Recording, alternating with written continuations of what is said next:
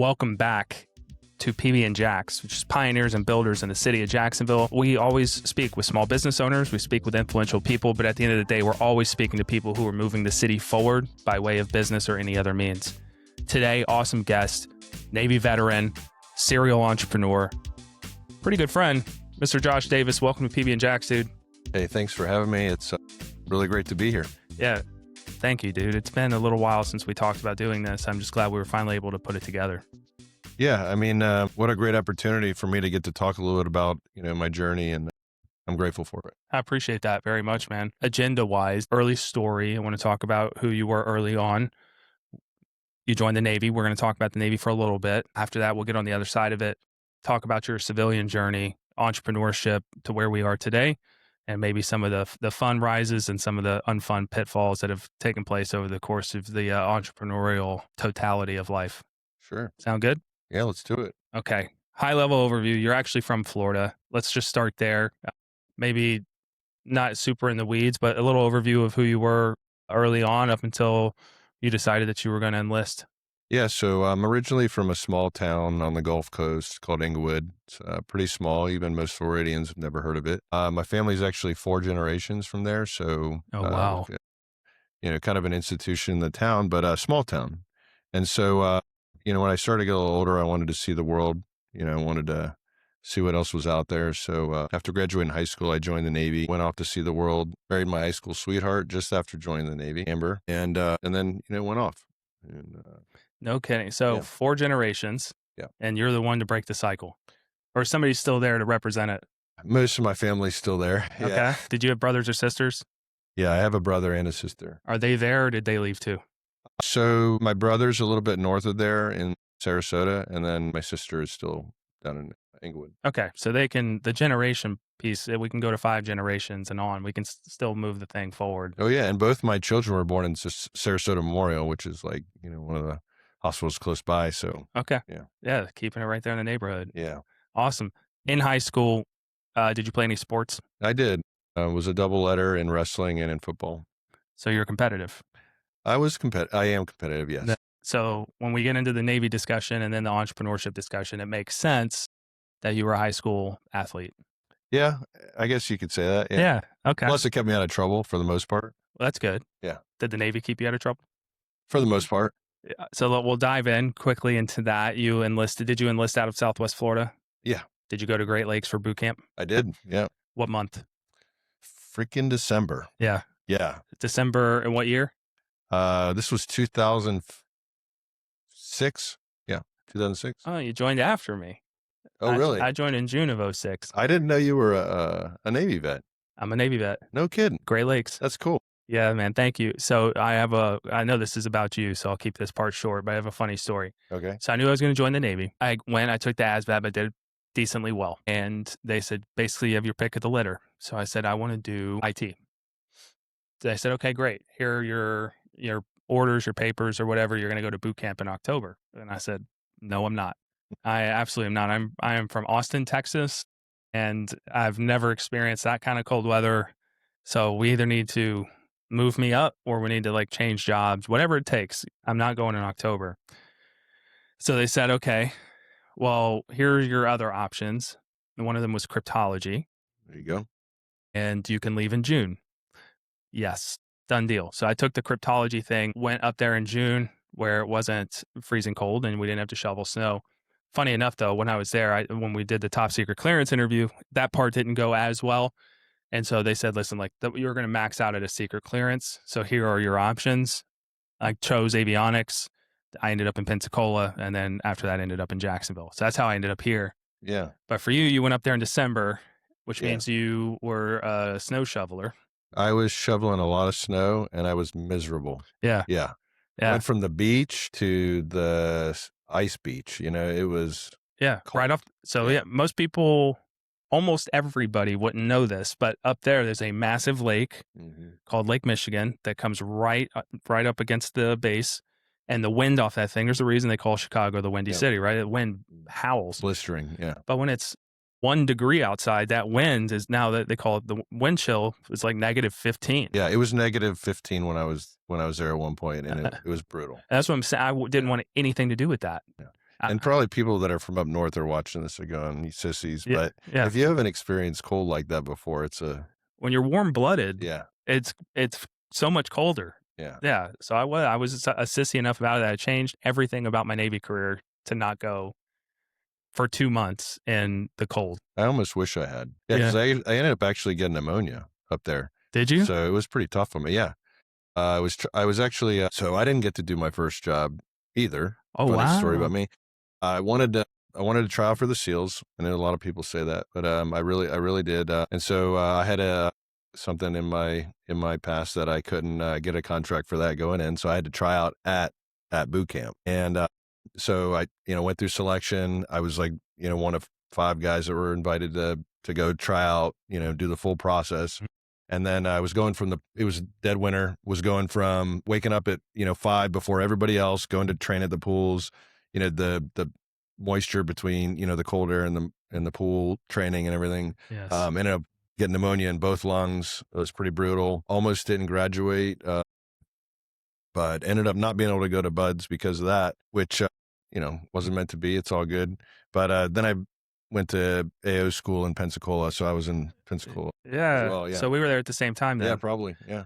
Wow. Yeah. That's pretty cool, It's dude. a lot. When you were in boot camp, you have any idea? Do you remember what your boot camp like class number was? Oh, 1280. No, that doesn't sound right. I don't know why I was thinking about it the other day, but somehow out of all the numbers that have ever entered my head, I can remember my class number, which is 238. That's nuts. I don't understand I why. have a book. I Yeah, have like I do too. you have your book? Check it Yeah, out. we should have coffee and do that. Yeah. I think it's fascinating that you and I were in Pensacola at the same time, and there was only like 4 barracks, so there's no doubt we crossed paths. We had to have. There's Yeah. no doubt. I was there. Did you train with the Marines too? Yes, I did. Yeah. So Yeah. did I. Yeah. Yeah, it was an all, and that was foreshadowing because whenever I went on deployment on the Enterprise, we were integrated with Marines too. Okay. Where's the Enterprise? Is that It was in Norfolk, Virginia. Yeah, so was I. Were you? Was that your first duty station? No, my every duty station was Jacksonville. Okay. I was on something called OPDET, Operational Detachment. Okay. I was VP OPDET, so I was supposed to deploy with P3s. They were phasing out. For some stupid reason, dude, I was like, I have to get both warfare pens. It was just something that I had to do. Everybody that I had so much more respect for everybody that walked past me that had them. Yeah. Because I was like, you were willing to do something that you didn't have to do, right? Sure. You're supposed to get your wings. Like if you go on deployment, like it's a bare minimum. Yeah. If you're in an aviation rate. But if you go on a ship and you get the second one, like Yeah. You had to work for it. dude, Just give it to you. The service guys don't like it when air guys get no, they don't, man. But so whenever that was the case, I walked into leadership and I said, listen, guys, like I've been on this base and I've been in this shop for 4 years. There's no way I'm going to deploy anytime soon if we keep me on these orders. I am officially giving you guys what nobody else will. I'm giving you a green light to send me on the ship. And they said, are you sure? And I said, I'm dead serious. Send me on the next one out. That was the Enterprise. So they sent me up there and I ended up getting both pens, which was really cool. Yeah. I got them both on one deployment, which is not easy, but it was worth it. I got penned 7 days before we returned. That was the last shot. So Where'd you do your report? Was that Med Cruise? Or? yeah, it was Med. Yeah. And yeah, so off the East Coast, it was Med. And we went to Portugal and Turkey out of the gate. Did you pull into Lisbon? We pulled into Lisbon. Lisbon's awesome. It was so cool. Yeah. It would have been the coolest city. However, on the way home, we got Palma, Spain, and I'll talk about why that is here in a second. But we did the Med cruise out, went to the Persian Gulf, 77 straight days, ported in Bahrain, refueled out for another 74 days. So it was 151 days with a 3-day break. But the reason for that was it was Enduring Freedom. It was during freedom, and but we killed Osama bin Laden while I was out there. So yeah, funny enough, I was in Bahrain when Osama bin Laden was killed. Okay, Yeah. so we probably crossed paths in Bahrain too. That's crazy. I was at what was it? Oh gosh, my mind's gonna play tricks on me. I was at one of the deaths out there in Bahrain. Yeah. So my maintenance officer was in Bahrain for that deployment too. His name was Lieutenant Clement Smith. He's Commander Clement Smith now. I guarantee you, you saw him around the base. Guarantee it. Unit 3. Unit Right. 3. Yeah, Okay. Unit 3. Sorry. I'm There gonna we go. I'm gonna Took me text a him after second. this to see if y'all were in the same place. Yeah. But yeah, so we were out there. We killed Osama bin Laden, and And Unit 3, cool story. Cool. One of the coolest stories I have since being in. It was a SEAL death, so we shut the doors in the bands, and the CO had purchased cigars for that time, so they rolled out cigars and whistled yeah, for everybody. It was pretty cool. yeah. They I sat will in tell the you. bands and How many people were you with? Because I want this is interesting. Like when you were going through that and you were doing the cigar smoking and the whiskey, like how many people were in the area with you? I mean the whole unit was there. I mean they called everybody in. Okay. How many is that though? Just roughly. I don't know, 40, 50 people maybe. Okay. Yeah. And so when everybody found out, what was the reaction? I mean it was crazy. Elated, right? Yeah. It's Okay. crazy. So on the boat, the reason I bring that up. I actually took 2 cigars. Funny story. I took 2 cigars, one to smoke and one to keep, and I still have the one on my little, glory area. Send me a picture of it. Yeah. That's so cool. Yeah. So the reason I'm even bringing that up is there's 5,500 of us on this vessel. We can't go anywhere. Mhm. You can't leave. You can't go out and party and celebrate. It doesn't matter. Right. But it was like the Super Bowl that comes down to the final play. It's so tense until it's not. And the reason it was tense was because they called us on the intercom. They said, we're going into River City. We're shutting down comms. It's a matter of national security. We'll give you updates as it happens. Well, when you're out there working, sweating your ass off, and you hear that, you're like, holy shit, we're going to war. We're going to war. They did the steak and lobster thing in the chow hall. And for days and weeks leading up to it, like it was tense. And then they get on the intercom and they say, we want to be the first to tell you that we've killed Osama bin Laden. And the reason, if anybody ever says like, what's the coolest thing you've ever been a part of, or what's the one, will this ever amount to anything compared to like the biggest moment of your life? Nothing will ever be able to compare to 5,500 people screaming at the top of their lungs in unison over the same thing, which was the one piece of shit that we've been chasing for 10 years is about to get put in the bottom of the ocean. Oh yeah. Yeah, unbelievable. that was a big deal. Unbelievable. The fact that we were, dude, I can't believe our journeys have been so like closely intertwined. Yeah. Yeah. And we just met for the first time last year. Yeah. Man. Well, cheers. Cheers to you. Yeah.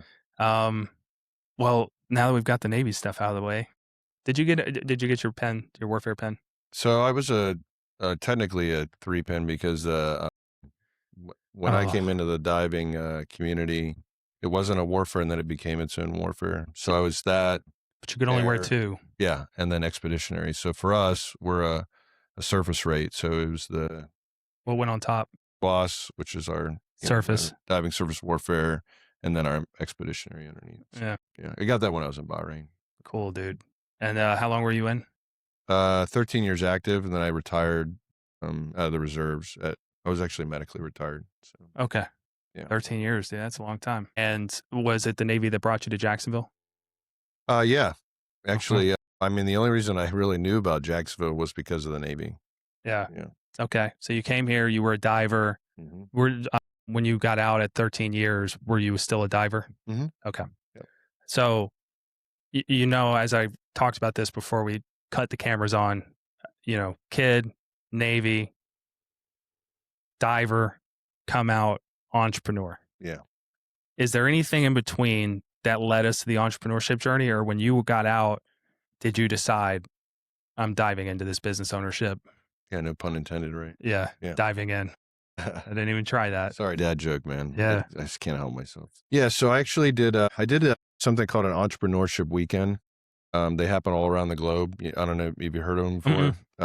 So it's pretty cool. It's kind of, it's both for experienced, entrepreneurs and, novice, I guess you could say, entrepreneurs. They had in Panama City when I was stationed there, and at one of the local colleges. And basically you come in on Friday evening, a bunch of people pitch their ideas. The group votes and selects, which ideas they think are the best. And then everybody kind of coalesces around those, Mhm. 10 or whatever ideas it is. And then you all work together in your groups to present whatever that pitch is at the end of the weekend. So you work almost around the clock that whole weekend. You pitch on Sunday, and then there's a bunch of real-time investors in there, So we had, like in ours, we had a guy that was from Google that was in the group, and then they I think they picked top 2 or 3. I can't remember. It's been a while, but then they win a scholarship and they get some money towards helping develop their idea. Yeah. So, but it was such a cool experience. And I just remember, going through that process. I'd never done anything like that before. My life was very structured, in the military. And I felt like, there was nothing I couldn't do, right? Like we were out there gathering data and we were working on this project, and like, it was like, we can do anything we want, and that feeling was really cool. It was kind of addictive. So that's where it kind of started That's for where me. the bug came. Yeah. Okay. And so then and once that was done, what was the next foray? Like, what was the next step for you? Yeah, I mean, I pursued my degree in business while I was, Where active duty. did you get it? So I ended up graduating from UF. Oh. Yeah, so I did my associates kind of in pieces, I guess you Mhm. could say. Yeah. But then I kind of buckled down, and my last duty station started working on got into UF, started working my bachelor's online, and finished there about a year and a half after I got out of active. So, Okay. Yeah, we yeah. can't all be perfect. I know. I Dude, get it. I honestly, like, when I tell fellow, other Gators, are like, "Oh, what class are you?" I'm like, "Class of 21." They're Yeah. like, "What?" Like, yeah, Yeah. I think I have the longest 4-year degree in history. I'm pretty sure. I might have broke the Well, record. I funny think it's like a 12 or 14 year. It didn't take me that long, but I graduated after you. So like Okay. I started in 2020 at Florida State, and then I graduated in Won't hold that 2025. against you. Yeah, that's why I said we Yeah. can't all be perfect. Right. I get it. But I graduated in 2025. So my degree is not even 8 months old, Oh, that's 9 months old. Yeah. I was by far the oldest person to walk across the stage. Yeah. Did you walk?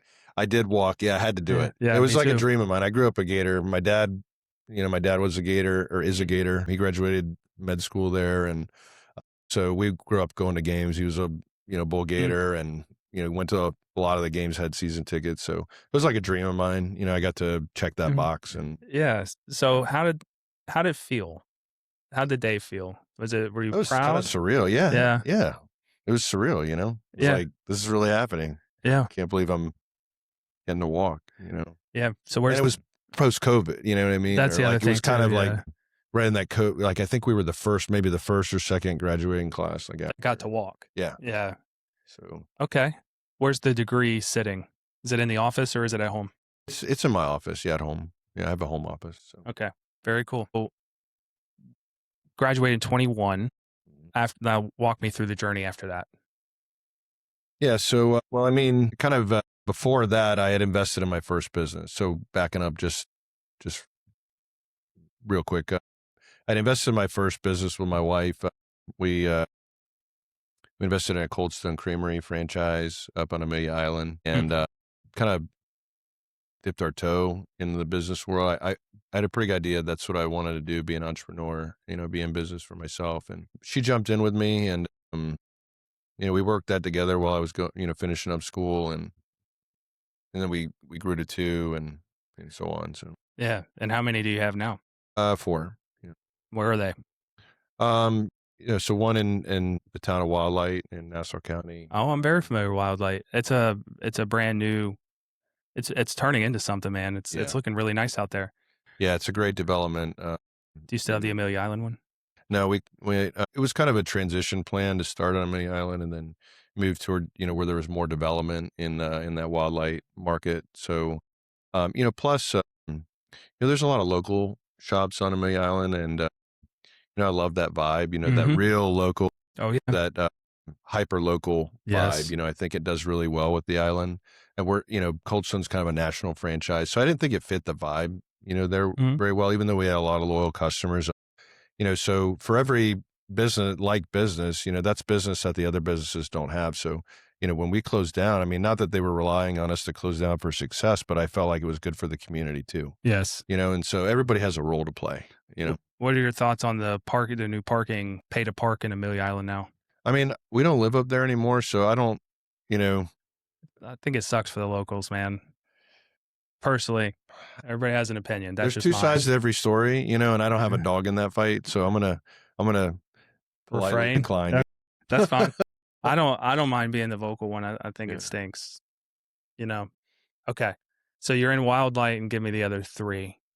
So River City Marketplace, Ortega Park on the west side, and then near the Avenues Mall, Okay. south side. Oh, it's by the Chick-fil-A Starbucks. Yep. Yep.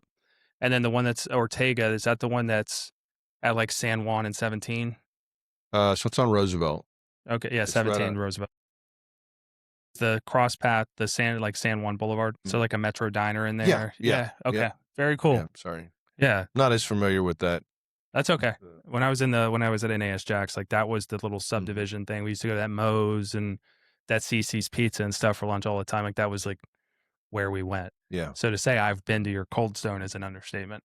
Okay. Yeah. Well, hopefully the experience was good. Yeah, it was great. Okay. I have no bad things to say. That's my first. After somebody tells me they've been to one, I'm like, so how was the experience? I would have told you by now. Yeah. I would have told you by now if I didn't. So Cold Stones, and why didn't you just settle on the Cold Stones? Like, why didn't you just build like a Cold Stone empire in Jacksonville?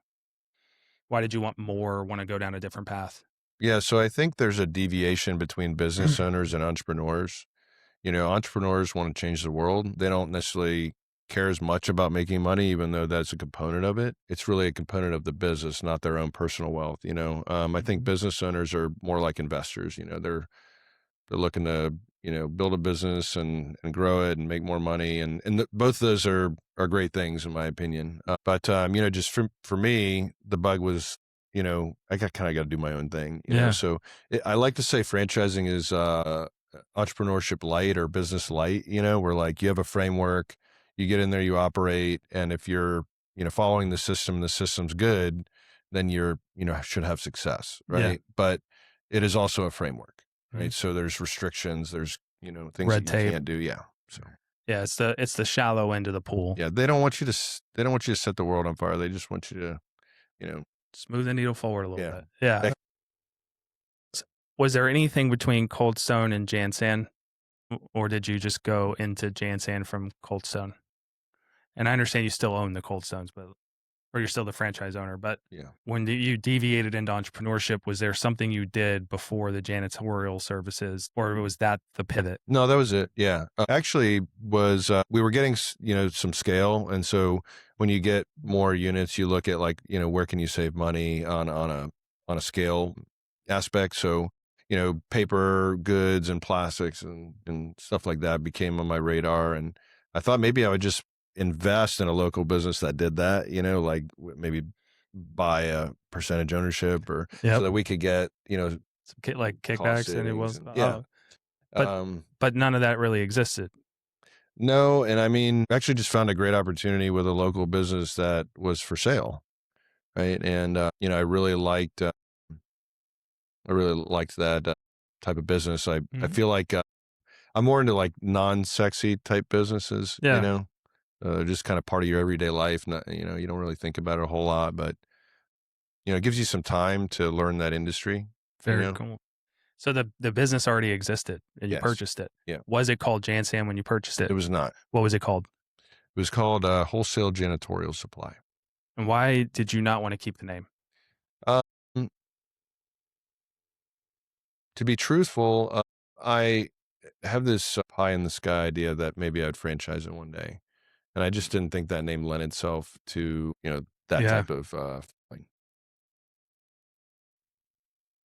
It does because, in my opinion, franchising should be about creating business ownership opportunities for other people. I think that's the job of the franchisor, to create those opportunities and then support the brand.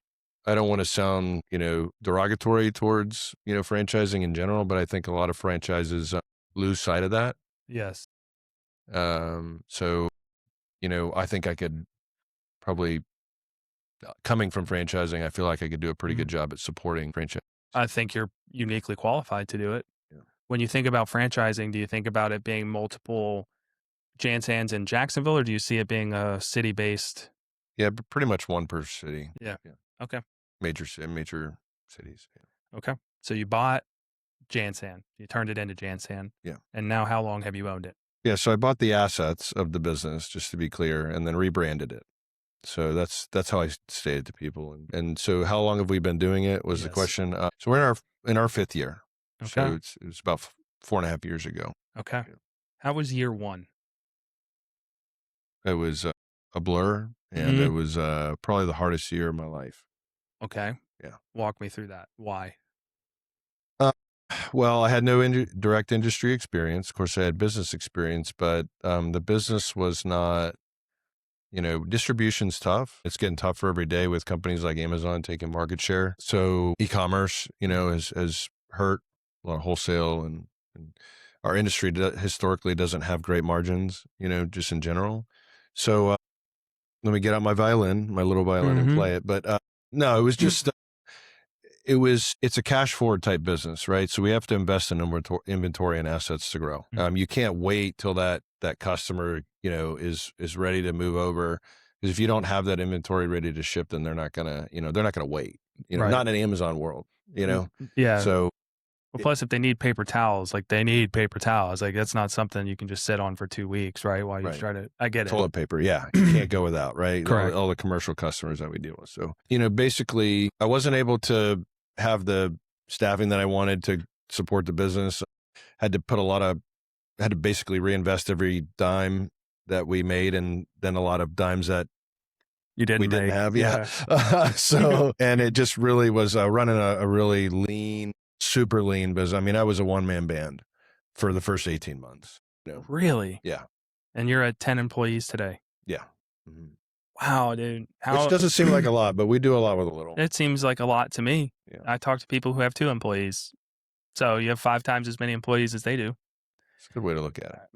It's the only way to look at it. So the reason I bring up how the first year and you saying it's a blur and it was hard is I want people to understand that as I sit here and talk to you today, the man with 10 employees and the brand has grown and there's more brand awareness. It just wasn't always like this. You had to work your ass off to get here. So the first 18 months you were a one-man band. How much of your day was dispersed between acquiring inventory, knocking on doors or picking up the phone and making calls, business development, cold outreach? Like if you were to put it as a pie scale, like how much percentage were you doing of each thing to get the business to grow? And put it this way, I mean, I feel like I didn't see my kids for almost 18 months. Yeah, it's freaking brutal. Yeah. So it was 7 days a week, and we were closed on the week. We're closed on the weekends. It's an industry norm for our business, but it was 7 days a week. Yeah. And was a lot of it just business development, just like trying to get as many clients to come over to a local shop? Yeah. I mean, but when I say one-man band, I mean, I was doing the sales and operations. Yeah.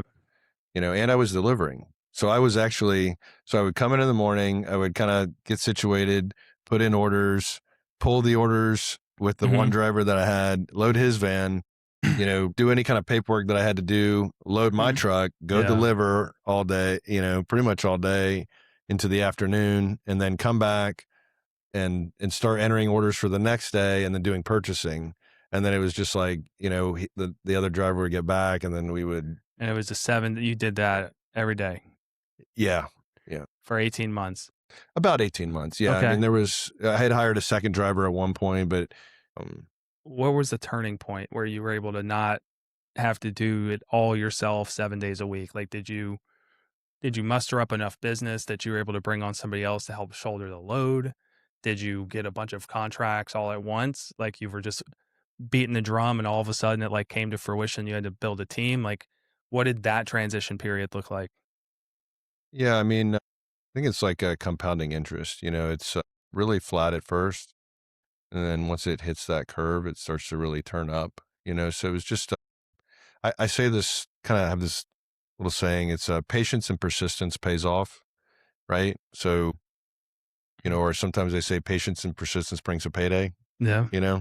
And for me, for us, that's what it was all about. And we were just trying to get a little better every day and didn't really invest in sales and marketing, to be honest with you. Most of the investments were in operations.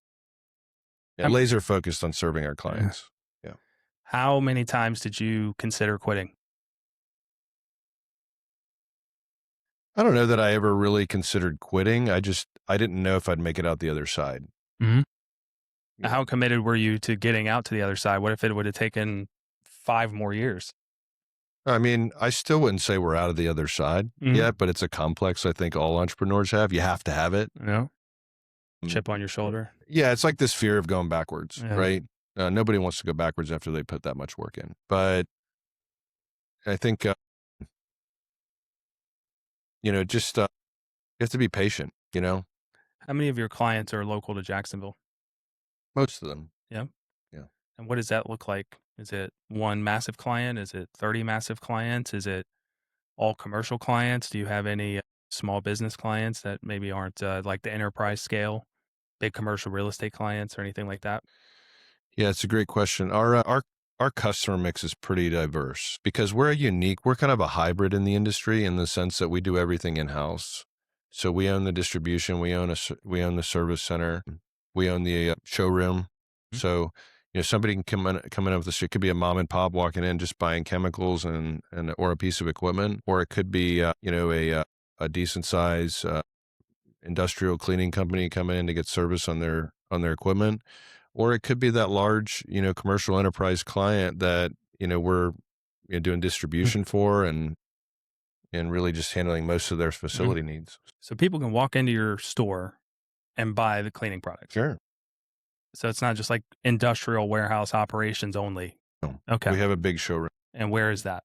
on Phillips Highway in between Emerson and St. Augustine Road. Okay. I didn't know exactly where that is. Yeah. Okay. So you've been doing that for the last 4.5 years. I know you say you're not out on the other side, but you're doing much better today than you were in year one. Walk through that, walk through the persistence. I want to make sure that anybody watching this who's going to buy a business, start a business, especially one where you're having to deal with a lot of overhead, just walk through years 1 through 5. And, have you had more time? Have you seen your kids more? Have you had a chance to relax your shoulders? Have you taken a vacation? First 4.5 years of this, what's that been like? No. Okay. No, I'm just kidding. We did take a vacation last year for the first time in like 10 years. Where'd you go? We went to Europe. Very cool. Yeah. Multiple countries? We did, yeah. Did you go to Portugal? 3 countries. Nope, didn't go to That was- Portugal. Yeah, did this. So actually, bought a all-inclusive trip from FinFest, which is Jacksonville. I was there. Yeah, that's where we met. Yeah. So one of those all-inclusive trips, Mhm. which are awesome, by the way. And a shameless plug for Jacksonville Speech and Hearing Center for anybody watching this. Get your tickets to FinFest this year and go support a great organization and buy a cool trip. But anyway, shameless plug. I hope you'll have me back. Of course. I had the time of my life.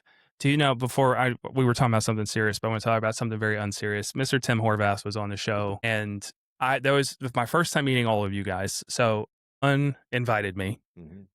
Very appreciative. Had the time of my life. That's where I met Scott Wohlers. That's where I met you. That's where I met Tim. And when we met, I'll never forget this, dude. This is unbelievable.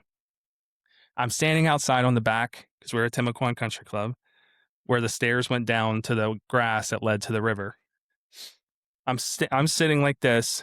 Tim's just like you are, actually on the same sides and everything. Tim, I'm Randall. Randall, I'm Tim. Good to meet you.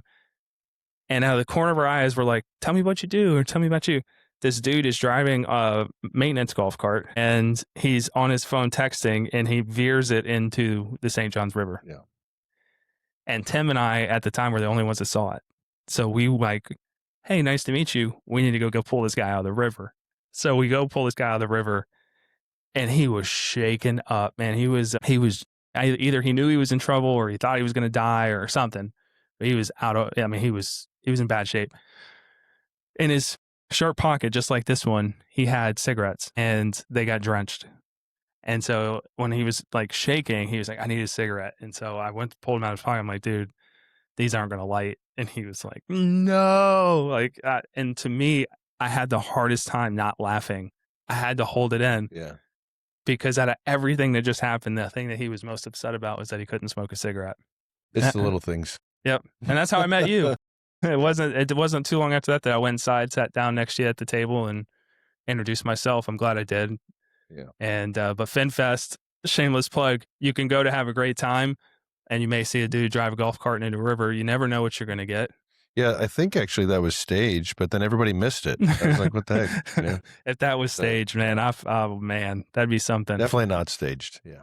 So you bought the all-inclusive thing at Yeah. FinFest, and I'll make sure that the FinFest stuff's in the notes. We'll talk about your board appointment here in a minute. Yeah. But you got I guess you paid for it, or you won the auction. Yeah, we just bought it out. Okay. Yeah, you have the option to just buy it, and And so where'd you go? So we went. We did a James Bond villain tour, That's pretty cool. which was pretty cool. Yeah. Yeah. So we went to Switzerland, and then we went to Italy. We went to Venice, and then to Monaco. Very cool, dude. Yeah. I'm very glad you got to do that, because I've touched on this, I think, 4 times at this point. Getting off the ground is a monumental task. And so to see it through and be able to take the time to do that and trust, maybe you didn't feel great about it, but at least you were able to trust that the business would be okay while you were gone. Good. Definitely, you're always connected to it, Mhm. but I'll never forget the first day we flew in. We're like, this is the first day we're in like forever that nobody can touch us, right? Like it's like we're disconnected completely, and we just literally slept all day in this amazing little hotel in Switzerland, and we went out and had dinner and wine, that night, and it was like it really felt layers of stress kind of melt off, Yeah. So it was really cool in that sense, but Good. I'm happy to hear that. So, yeah, we somewhat alluded to it. Board appointments. You're on the Jacksonville Speech and Hearing Board. Are there any other appointments? no, Okay. that's about all I can. All you can muster? Yeah. So, you have the business, you have the board seat. Is there anything else going on in your life? You're a father and you're a husband, business owner, board appointee, anything else? So I recently took over leadership of San Marco East Business Association, which is a cool little organization just in our neck of the woods right there in Phillips Highway kind of stretch. And Does that have anything does Brian Croft have anything to do with that? Brian, his like family and a lot of the local institutes that have been there for a long time. And Brian, for context, Brian's CEO of a company called HC Brands here in town. Great and cool dude, great guy, a lot of energy. Yep. And the Hugo's Furniture, they have a lot of other businesses associated with that. They're a great family as well, and they were instrumental in keeping that alive, and just trying to improve the area really was the goal at the end of the day. So very much so. Brian Croft is an alum of PB Jax. Oh, is he? Cool. You should talk to him about it next time you see him. I am. I'm going to talk to him. You should. Okay, so you got all of that going on. How do you balance it? I got to give I give a lot of credit to my Lord and Savior Jesus Christ. I'm going to say that. I got to say that. If not everybody believes the same that I do, but without my faith, I wouldn't be where I'm at today. There's no doubt about it. Yep, give it to God. Yeah. Okay, we're going to get into the rapid fire round that I know you're super excited about. At this point in your life, what's the greatest piece of advice you've been on the receiving end of? Well, during my naval career, I was complaining one time. I'll never forget. I was complaining one time to one of my senior enlisted leaders, and it was just about little things that were preventing me from achieving something or whatever. And he looked at me dead in the face and he goes, "Hey man, if it's important to you, own it. Don't wait for anybody else." And I was like, boom, it hit me like a ton of bricks. So ever since that, I'll never forget that. And I really do, I try not to wait for anybody, Wonderful. Yeah. On the giving side, what do you think the best piece of advice you've ever given somebody is?